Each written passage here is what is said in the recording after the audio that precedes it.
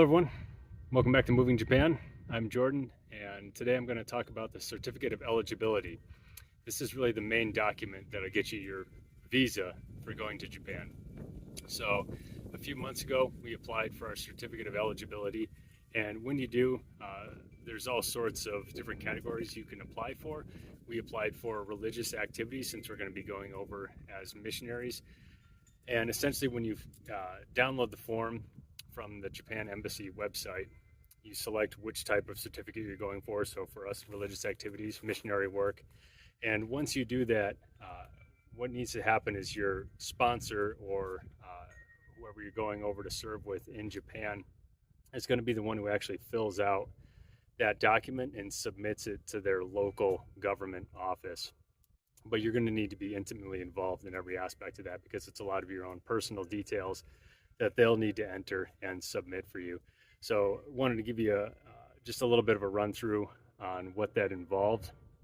So as missionaries that are not part of a large organization, we had to do a lot of this ourselves, of course, with a lot of help from the missionary family that we're going to go serve alongside of in Japan.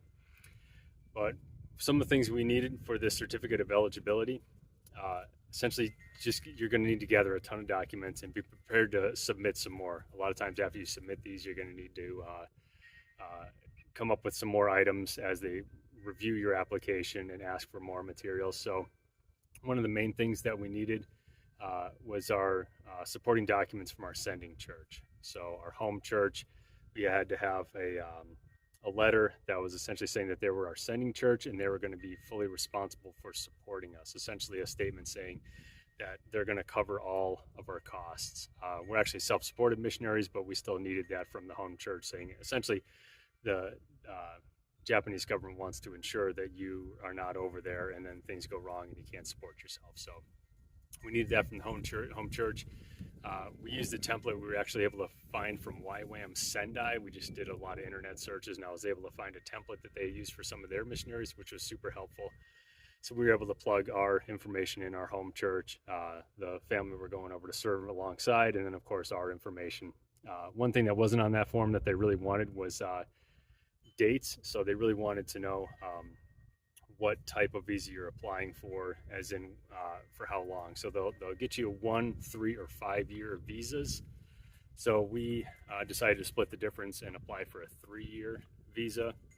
Apparently it's very common just to get a 1-year visa at first. Essentially they're getting information, they're saying, okay, once it's all approved, they're allowing you to come over for a year and essentially kind of a test out to see how well you do over there. And that way after a year, they can just not renew your visa if it doesn't go well or if you run out of support. We applied for a 3-year. A lot of people said you're not going to get the 3-year on your first go around, but God bless us, we were pretty fortunate we got everything accepted. But we needed to have that in our sending document to say what the home church was, how long they were sending us for, what our specific mission was over there, so going over as Christian missionaries, and what kind of work we're going to be doing. But then we also needed that translated into Japanese. Luckily, this template from YWAM Sendai had the basic translation, so I was kind of going through and trying to find the right places to take their information out and put my information in. Once I was able to do that, sent it over to the family in Japan. Of course, they were able to proofread it and check for any kind of errors. So that was just one of the documents, was the sending document from the sending church. There also needs to be a essentially like a letter of responsibility from the receiving church or receiving family, essentially on the Japanese side, saying, we realize they're being sent by this organization who promises to support them, but this is saying from the Japanese side, we promise to support them while they're in Japan. And that can carry things like financial support, but also, ensuring that people, obey the laws and customs and essentially work to fit in with the society there. So we needed a very similar document, kind of the same information, who we're going over the work with, what our sending church was, how long we were applying for the visa for, and there was basically their letter of guarantee on their side. Apart from that, we needed to send and how much is available to you. So we just sent them all our bank statements. We sent them, our retirement savings funds. We sent them just information about the property we owned. And then a big thing they also wanted was your W-2. So they wanted essentially to see how much you made in the past year. Although that's not going to really relate to Japan, they just want to use that as the, okay, this person made this amount of money last year. Is that going to be able to support them in Japan? That I think helped us get our 3-year visa. And just talking to missionaries in Japan, essentially once we reach near that 3-year part, they're going to want again that previous year's worth of wages, which will look different, since I'll be on my retirement funds by then. But it'll still be enough to prove that we can support ourselves. So just including all your financial paperwork in that packet. And if it's too much, they'll just ignore it and throw it out. But again, if it's not enough, they're going to ask you for more. You need one of these for each of you. So even though I'm going over with my wife, our applications are completely separate. So we each needed the certificate of eligibilities. We each needed all the supporting documentation. Needed what was considered a ministerial history. So essentially a letter from each of us saying what we've done for the church, kind of essentially letting them know that we're professionals in this realm.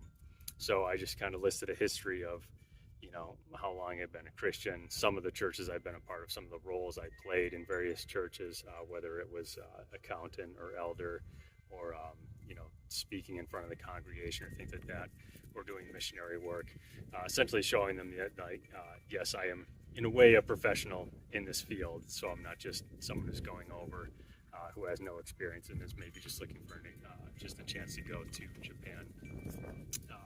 On top of that, they wanted a brief history and mission of the sending church. So we're being sent by our small church in Alaska, so it was just taking the history of the church in Alaska, whatever, it was built in the 50s, it's been in place for this many years. This is the type of Christian church it is. It's approximately this size. So they just want to know essentially that you have a legitimate place that's sending you out. So just a little history of the church that you're part of. And then a specific letter that states what religion you are. So for us, Christian, our exact dispatch dates we want. So, we were saying whatever it was, August 2024 through August 2027 was our anticipated 3-year dispatch dates. And of course, as 2027 comes and we look to renew that, those dates will just keep changing. But just essentially what your anticipated dispatch dates are from your home church to your foreign country like Japan. And also that in that last letter that has your religion, your exact dispatch dates, they wanted to say what support looks like for you. And essentially they wanted to differentiate it, whether that was going to be a salary or support. So, if you're going over as a missionary who's fully supported, which includes, say retirement and like a yearly salary of X amount of dollars, they're going to want that spelled out in that letter. For us, since we're self-supported, we just listed that what we're going to be getting is support. So to us, it's travel expenses and maybe some materials. So they just want everything very specifically laid out. They're also going to want just one passport photo. Their passport photos are a different size, so they're not square. They're actually look more like a traditional photo for us, just smaller. So the height is a little different than the width on those. So I was able to find the dimensions and just have a recent photo printed out on photo printer paper and sent to our missionary family over there who submitted those for us, and that was acceptable to them.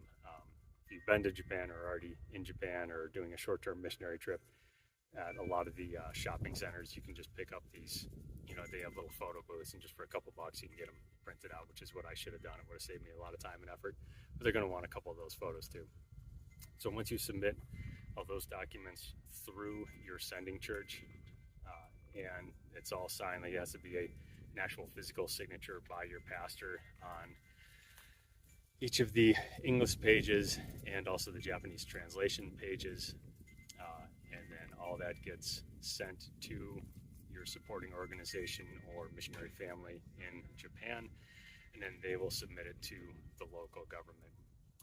We were able to, because some of the signatures we kept having to edit some of our wording on our paperwork, so they had to keep getting new signatures. I had to keep getting new signatures from the pastor time and time again, but it was okay if those documents were scanned and sent over to Japan, and they were able to print them out and submit it, and they actually accepted that, which was great, that we didn't have to have original copies of all those things. Once the certificate of eligibility is finally submitted, Japan had that, I think they estimate between 1 and 3 months, so ours was probably 2.5 months when we got the notice from our missionary family in Japan that they had received the packet back and it was accepted. And that's a huge sigh of relief. So essentially, once your certificate of eligibility is accepted, then you're good to go. That's going to be as good as a visa in your hand. Once the certificate of eligibility comes in, they actually send that to you in the home country. So they had to take that from Japan and send it to me in the U.S. And once my wife and I received that, and essentially you take that and you would send it to or bring it to your local embassy. Since we're in Alaska, since we're in remote Alaska, they allowed us to mail it in to the embassy in Anchorage. And they were very clear. They said basically the certificate of eligibility, once that's approved, you're golden.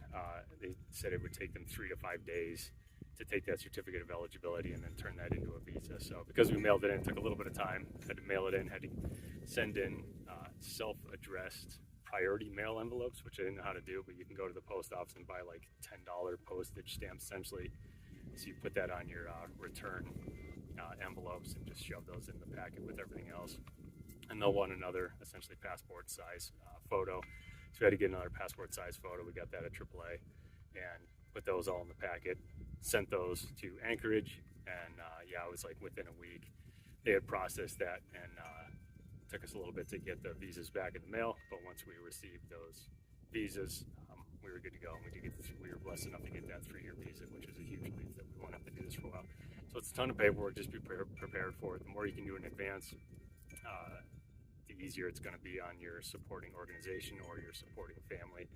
If you have any questions about what that looks like or want samples or templates, super happy to send that to you. Just leave comments below, or you can look me up on our Facebook or Instagram and just send a comment, and I'll get those things to you. In a future episode, I'll talk about some of the other hurdles that we're dealing with, like trying to buy a vehicle in Japan, and the biggest one of all, trying to get our dog over to Japan. So thanks for tuning in, and I look forward to chatting with you again soon.